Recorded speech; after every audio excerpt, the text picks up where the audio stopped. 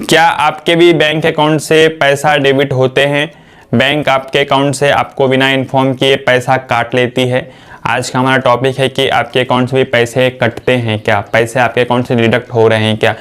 आज का जो टॉपिक है ये हमारे एक सब्सक्राइबर है और हमारे भाई साहब है, दिल्ली के हैं। उन्होंने हमें कॉल किया था कि उनके अकाउंट में 8,000 रुपया क्रेडिट हुआ, सेम टाइम बैंक ने उस पैसे को डिडक्ट कर लिया।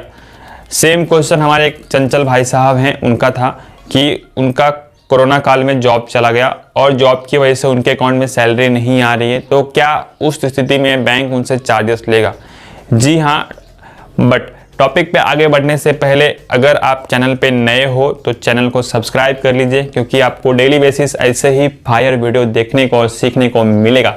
चैनल पे अगर आप जुड़े हुए हो हमारे साथ तो चैनल को लाइक एंड शेयर जरूर कीजिएगा, क्योंकि आपका प्यार हमारे लिए बहुत इंपॉर्टेंट है, हमें आगे ग्रो करने के लिए और आपको डेली बेसिस वीडियो प्रोवाइड करने के लिए।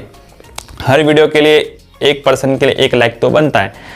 बात करते हैं टॉपिक की, तो जैसे बबलू जी ने और चंचल जी ने बताया उनके अकाउंट से हर महीने बैंक पैसे डिडक्ट कर रही है। उनका सैलरी अकाउंट था, बट लोगों को पता नहीं होता है सैलरी अकाउंट जो है आपका वो अगर 3 महीने तक 3 मंथ्स तक आपके अकाउंट में सैलरी नहीं आता है तो बैंक आपको जो आपका सैलरी अकाउंट है उसको सेविंग अकाउंट में कन्वर्ट कर देगा। इंडिया में जो 80% आबादी है वो सैलरीड है, वो किसी न किसी ऑर्गेनाइजेशन में अपनी जीवन चलाने के लिए कहीं ना कहीं जॉब करते हैं। कोई मल्टीनेशनल कंपनी में, कोई नॉर्मल कंपनी में, कोई किसी भी कंपनी में आउट ऑफ कंट्री भी जॉब करते हैं अपनी जीवन याचिका चलाने के लिए। 15% जो आबादी है वो बिजनेसमैन हैं, छोटे मोटे उनके व्यवसाय हैं, बिजनेस है। 5% आबादी जो है वो अनएम्प्लॉयमेंट है, कहीं जॉब नहीं करते, बेरोजगारी के शिकार हो चुके हैं। बात करते हैं सैलरी अकाउंट की, तो आप जिस कंपनी में जॉब करते हो, किसी XYZ कंपनी में जॉब करते हो, तो उस कारपोरेट कंपनी का किसी न किसी बैंक में टाई अप होगा। उस कारपोरेट कंपनी के ऑर्गेनाइजेशन के जितने भी सैलरी होते हैं उनके एम्प्लॉय के, वो किसी न किसी बैंक में क्रेडिट होता होगा। तो जी हाँ, आप भी अगर आप किसी कारपोरेट कंपनी में जॉब करते रहोगे तो वो कंपनी आपको किसी न किसी बैंक में जहाँ उनका टाई अप है वहाँ पे आपका सैलरी अकाउंट ओपन करके देगा। बट अभी कोविड काल में बहुत सारे लोगों का जॉब चला गया, बहुत सारे लोगों को काम पर से निकाल दिया गया, उनको सैलरी नहीं आती है, बहुत सारे लोग अनएम्प्लॉयमेंट हो गए, उनका रोजगार चला गया। तो उस काल में क्या हुआ, आपका जो सेविंग सैलरी अकाउंट था उसमें सैलरी आना बंद हो गया, उसमें आपको 3 महीने तक कंटिन्यू सैलरी नहीं आया, जिसकी वजह से बैंक ने आपके उस अकाउंट को सेविंग अकाउंट में कन्वर्ट कर दिया। बैंक को राइट है, अगर 3 महीने तक किसी पर्सन के अकाउंट में सैलरी क्रेडिट नहीं हो रहा है तो बैंक आपके उस सैलरी अकाउंट को सेविंग अकाउंट में कन्वर्ट कर देगा। क्या होगा, जो आपका सैलरी अकाउंट है अगर सेविंग में कन्वर्ट हो जाएगा, क्या इसमें आपका अकाउंट नंबर चेंज होगा, क्या आपका IFSC कोड चेंज होगा, क्या आपका MICR कोड चेंज होगा? जी नहीं, आपका ना तो अकाउंट नंबर चेंज होगा, ना आपका IFSC कोड चेंज होगा, ना आपका MICR कोड चेंज होगा। चेंज होगा तो आपको जो उनका रूल्स एंड रेगुलेशन है सेविंग का वो आपको फॉलो करना पड़ेगा। अगर आपका अकाउंट सैलरी अकाउंट से सेविंग अकाउंट में कन्वर्ट हो गया है तो आपको जो बैंक के रूल्स रेगुलेशन के हिसाब से मिनिमम मेंटेन करना पड़ेगा बैलेंस। मिनिमम बैलेंस आपको हर महीने मेंटेन करना होगा। अगर आप मिनिमम बैलेंस मेंटेन नहीं करते हो तो बैंक आपको उस स्थिति में हर महीने आपसे चार्जेस लेगा, नॉन मेंटेन चार्जेस। हर महीना आपके अकाउंट से वो अमाउंट के डेबिट होगा बैंक आपके अकाउंट से, विदाउट आपको इन्फॉर्म किए हुए एक टेक्स्ट मैसेज आपको आएगा कि आपके अकाउंट से इतने पैसे काट लिए हैं। तो इससे बचने का क्या उपाय है? सबसे पहला उपाय है, अगर आपको उस अकाउंट के यूज़ नहीं है, जो आपका सैलरी अकाउंट था उसका आपको यूज़ नहीं है, आपने वो अकाउंट नंबर कहीं पे भी दिया नहीं है और आपको उस स्थिति में लगता है कि ये अकाउंट मेरे लिए इम्पोर्टेंट नहीं है, तो आप सबसे पहले चले जाइए बैंक में आप क्लोजिंग का फॉर्म भर के उस अकाउंट को क्लोज कर दे। क्योंकि अगर आप उसे क्लोज नहीं करोगे तो बैंक आपसे हर महीने आपसे नॉन मेंटेन चार्जेस वसूलेगा, आपको वहाँ पे पे करना होगा। अगर आपने वो अकाउंट नंबर कहीं ना कहीं दिया है, जैसे बहुत सारे लोग LIC में अकाउंट नंबर दे देते हैं, किसी पॉलिसी वगैरह इन्वेस्टमेंट प्लान में अकाउंट नंबर दे देते हैं, किसी वो अकाउंट नंबर किसी चीज़ के साथ लिंक होता है, तो उस स्थिति में आप ना चाहते हुए आप उस अकाउंट को क्लोज नहीं कर सकते। तो उस स्थिति में आपको उस बैंक के रूल्स रेगुलेशन के हिसाब से बैलेंस मेंटेन करना होगा। एग्जाम्पल ले लीजिए, मैं डायरेक्टली किसी बैंक का नाम नहीं ले सकता क्योंकि मैं भी एक लाइव एम्प्लॉय हूँ एक प्रेजेंट बैंक का, तो मैं उस बैंक का नाम, किसी भी बैंक का नाम नहीं ले सकता हूँ, बट एग्जांपल के लिए XYZ अकाउंट में, एक पब्लिक सेक्टर बैंक में, आपको पता ही है पब्लिक सेक्टर बैंक कौन कौन से हैं, तो एक XYZ बैंक अकाउंट में आपका सैलरी अकाउंट था, उसमें से आपका सैलरी आना बंद हो गया, 3 महीने से आपका सैलरी नहीं आ रहा है, तो बैंक आपके उस अकाउंट को सेविंग अकाउंट में कन्वर्ट कर देगा या कन्वर्ट कर दिया होगा। तो वहाँ पे आपको जो नॉर्मल है मिनिमम बैलेंस मेंटेन क्राइटेरिया, वो आपको हर महीना मेंटेन करना होगा। अगर आप नहीं मेंटेन करते हो तो बैंक आपके अकाउंट से फंड डेबिट करेगा।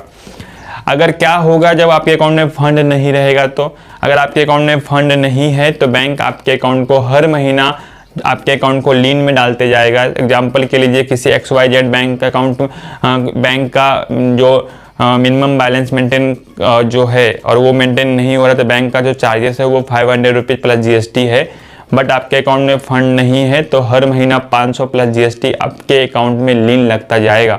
और ऐसा हर महीने होगा, आपके अकाउंट में हर महीने बैंक लीन लगाते जाएगा। अचानक से कहीं से भी आपके अकाउंट में अगर पैसा आता है तो बैंक आपको सेम टाइम आपके अकाउंट से वो फंड डेबिट कर लेगा, आप वहाँ पे कुछ नहीं कर सकते। तो कहने का मतलब ये है कि अगर आपका सेविंग अकाउंट है, सैलरी अकाउंट था, सेविंग में कन्वर्ट हो गया है, तो दो ऑप्शन है आपके पास। पहला ऑप्शन या तो उस अकाउंट को क्लोज कर दे, दूसरा ऑप्शन या तो उस अकाउंट को ऑपरेट कर रहे हो तो उसमें आप मिनिमम बैलेंस मेंटेन क्राइटेरिया जो है 5000 10,000 वो आप मेंटेन कीजिए, आपको चार्जेस अवॉइड करना है। तो अगर आप चार्जेस पे करने में कैपेबल हो तो नो प्रॉब्लम, आप उससे कंटिन्यू कर सकते हो, चार्जेस भर सकते हो आप, नॉर्मल आपके ऊपर डिपेंड करता है। बट अगर आपको चार्जेस से बचना है तो आपको 5000 10,000 2,500 वाट एवर जो भी उस बैंक का क्राइटेरिया है वो आपको फुलफिल करना होगा। तो आई होप आगे से अगर आपका भी सेविंग अकाउंट में कन्वर्ट हो गया है, सैलरी अकाउंट जो है आपका सेविंग में कन्वर्ट हो गया है। कभी कभी क्या होता है पता नहीं चलता, लेवल कोड चेंज नहीं होता है, बैंक उसे अपडेट नहीं करती है, बट फिर भी बैंक चार्जेस लेता है। तो आप बैंक में चले जाइए, पहले इंक्वायरी कीजिए।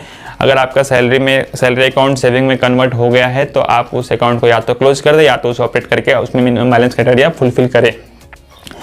बैंक को जो बैंक के मैनेजर होते हैं उनको राइट्स रहते हैं, अगर आपका हेवी अमाउंट डिडक्ट हो गया है तो आप उनसे रिक्वेस्ट कर सकते हो, आप उनसे ये कर सकते हो, जो आपका अमाउंट कटा है उसमें से कुछ पोर्शन वो आपके अकाउंट में रिवर्स कर देंगे। एग्जांपल के लिए जैसे अभी बबलू भाई ने बताया उनके अकाउंट से 8,000 रुपया डेबिट हो गया है, तो उस स्थिति में वो बैंक में जाके मैनेजर से रिक्वेस्ट कर सकते हैं। तो मैनेजर 8,000 में से सम पोर्शन अमाउंट 5,000 3,000 वाट एवर जो भी उनको राइट्स रहेगा अमाउंट रिवर्सल का, उतना अमाउंट वो रिवर्स कर सकते हैं उनके रिक्वेस्ट करने पे, तो वो अमाउंट उनको मिल जाएगा, आप उस अमाउंट को यूज कर सकते हो। उसका एक प्रोसेस है रिक्वेस्ट रेज करने का, वो बैंक के पास राइट रहता है अमाउंट रिवर्स करने का।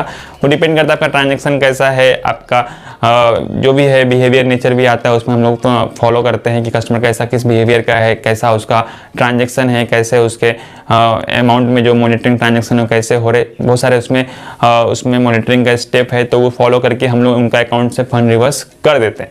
तो आई होप आपको ये वीडियो अच्छा लगा होगा, वीडियो आपको यूजफुल लगा होगा, एक नॉलेजफुल वीडियो में आपको देखने को मिला है, आपको उसमें कुछ सीखने को मिला है। कहते हैं जहाँ भी सीखने को मिले तो वहाँ सीखना चाहिए, तो आप डेली बेसिस आप इसे सीखिए, चैनल को सब्सक्राइब कीजिए, लाइक कीजिए, शेयर कीजिए।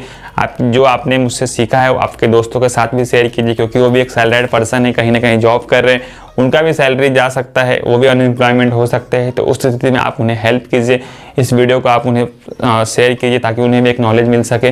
तो आज के वीडियो में इतना ही, मिलते हैं कल के वीडियो में कुछ नए टॉपिक के साथ में, जहाँ आपको डेली बेसिस कुछ नया आपको सीखने को और देखने को मिलेगा। मेरा मोटिव है कि आपको डेली बेसिस एक फायर वीडियो आपको देखने को मिले, सीखने को मिले, जिससे लोग जागरूक हो सके, उन्हें लॉसेस से बचाया जाए, उन्हें फ्रॉड से बचाया जाए, उन्हें एक बेहतर सर्विस और बेहतर जो ट्रांजैक्शन होते हैं उसके बारे में उन्हें बताया जाए। तो आज के वीडियो में इतना ही, मिलते हैं कल के वीडियो में। जय हिंद, जय भारत, वंदे मातरम। खुश रहिए, आबाद रहिए, मिलते हैं कल के वीडियो में, बाय बाय।